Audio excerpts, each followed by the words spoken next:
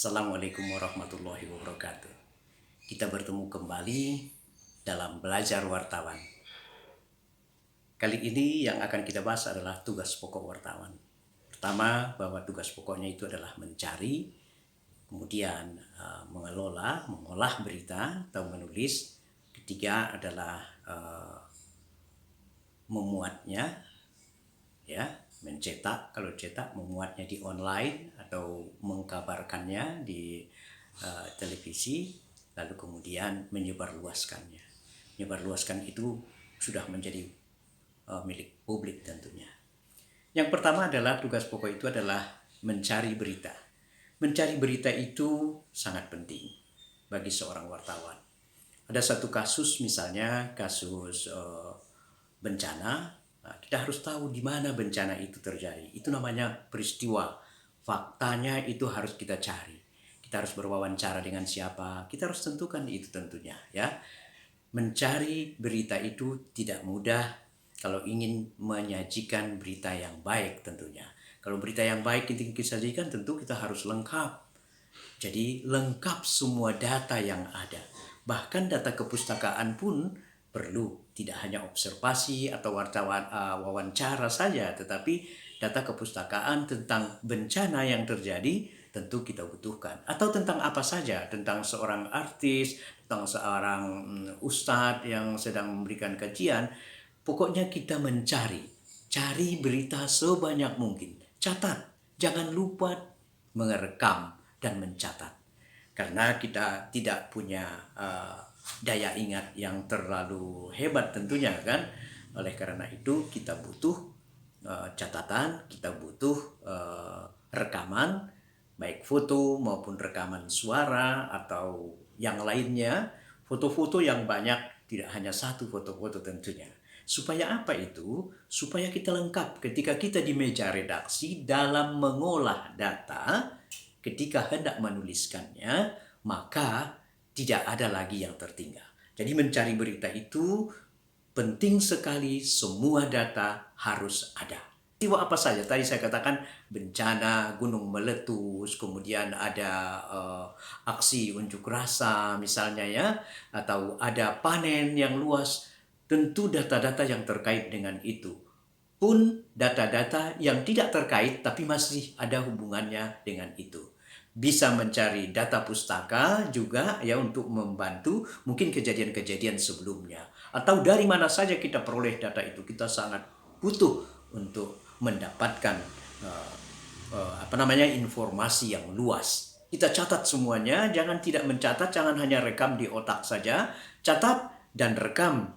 Lalu kemudian kembali ke kantor, kita akan mengolah berita kita. Kita pilah-pilah mana yang harus dibuat. Di dalam menulis itu kita harus membuat yang paling penting. Misalnya telah terjadi bencana gunung meletus di daerah ini, kemudian mengakibatkan sekian kakak terpaksa harus mengungsi.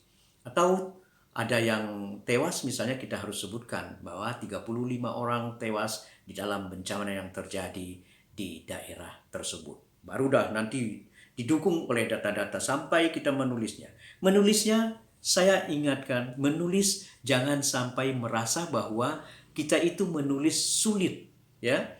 Tenangkan hatimu ketika di meja redaksi itu, tentu capek dari lapangan, ya, lalu kemudian meja redaksi, mungkin ngopi dulu, ngeteh dulu mungkin sebentar, ya, jangan lama-lama karena berita ditunggu, ya, apalagi media online seperti sekarang ini tidak boleh kita, bahkan dari tempat itu sebenarnya kita sudah bisa menulis, tidak perlu lagi ke meja redaksi. Sekarang ini wartawan ketika menulis tidak lagi membutuhkan tempat yang nyaman, karena butuh informasi, masyarakat butuh informasi yang cepat. Oleh karena itu kita pun harus cepat menuliskannya. Kita harus mengingat seperti yang saya kemukakan tadi, apa headline-nya, apa judul berita yang menarik. Ya, 35 orang tewas akibat gunung meletus di daerah ini, misalnya seperti itu. Atau hujan telah mengakibatkan sebuah desa hilang sama sekali. Nah, mungkin hal-hal seperti itu, ya. Jadi harus sedikit bombastis tapi fakta. Bombastis dalam arti kata meminta perhatian daripada orang ketika kita menulis. Seorang wartawan, dia menulis itu dengan hati-hati, pelan-pelan. Ya, ada istilahnya piramida terbalik ya. Yang paling penting di atas, yang penting lalu kemudian yang kurang penting. Yang kurang penting itu pun harus tetap penting. Ya, karena menulis berita bagi wartawan itu haruslah menjadi satu kemampuan skill atau kemampuan yang sangat luar biasa tentunya. Apa yang ada di pikiran kita, itulah yang kita harus tulis. Jangan merasa bahwa saya tidak bisa. Seringkali orang merasa bahwa, waduh, susah sekali menulis ini. Apalagi wartawan pemula. Jangan. Kamu bisa juga mencontoh berita-berita yang lain bagaimana orang menulis. Tapi bukan untuk mencontoh berita itu. Tapi mencontoh bagaimana cara orang menulis. Dari pertama sekali itu seperti itu. Lalu kemudian kategori apa ini berita ya? Kategorinya untuk kalau televisi, apakah ini sejam kemudian ataukah harus saya laporkan sekarang? Ya, tentu harus siap-siap. Apakah harus saya ke redaksi dulu, kemudian diedit semuanya? Itu tentu membutuhkan perhitungan. Kita ada kontak dengan redaksi kita, bagaimana kalau saya laporkan dari sini. Hal-hal seperti itu juga tentu menjadi satu pemikiran kita. Keren kan kalau dari lokasi kita melaporkan suatu berita, terutama mereka media televisi. Tapi radio pun seperti itu. Lalu kemudian online bisa dari lokasi kita bisa menulis. Hanya cetak mungkin yang harus kita ke kantor, kemudian dengan itu kita masih sedikit bisa lebih karena cetak itu biasanya besoknya yang harus diterbitkan. Biasanya seperti itu. Lalu kemudian disebarluaskanlah berita ini. Jangan lupa tugas pokok itu penting, lalu kemudian tidak perlu sungkan-sungkan untuk menulis berita yang baik. Hilangkan pemikiranmu dari tekanan-tekanan psikologi bahwa kau adalah bisa. Semua kita bisa untuk menulis. Assalamualaikum warahmatullahi wabarakatuh.